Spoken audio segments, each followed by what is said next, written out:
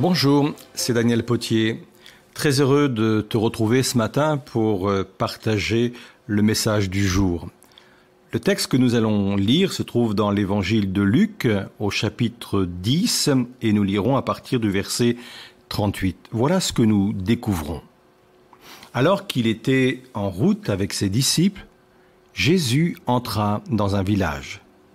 Une femme appelée Marthe le reçut dans sa maison. Elle avait une sœur nommée Marie qui, se tenant assise aux pieds du Seigneur, écoutait sa parole. Marthe était accaparée par les multiples occupations du service. Elle intervint et dit « Seigneur, cela ne te fait rien? Ma sœur me laisse seule à faire le service.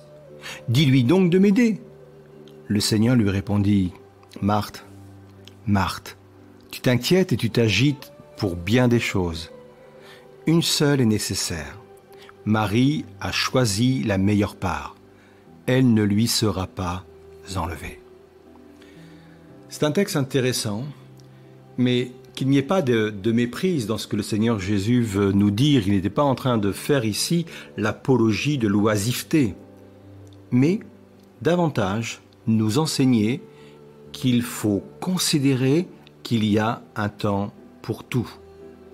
Ce n'était tout de même pas tous les jours que Jésus entrait dans une maison. Il fallait vraiment saisir ce moment, saisir cette opportunité, poser l'instant, s'asseoir et écouter le Maître.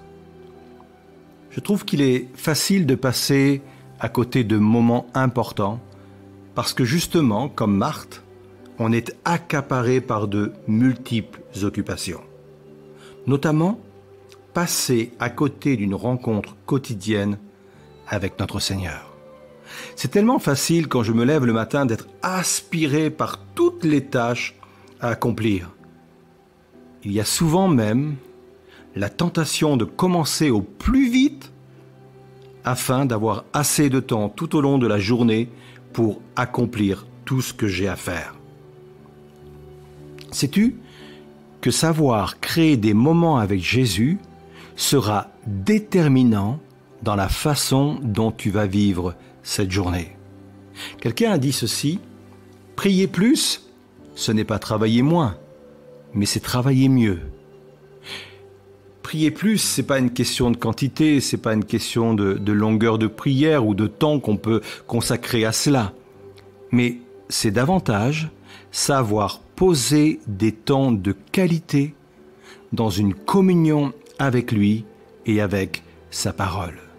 Cette communion aura un impact sur le déroulement de toutes tes activités, sur les rencontres décisives que tu feras et même sur les décisions que tu auras à prendre. Alors oui, avec le Seigneur Jésus, on veut retenir cette leçon ce matin, cet enseignement. Il y a un temps pour tout.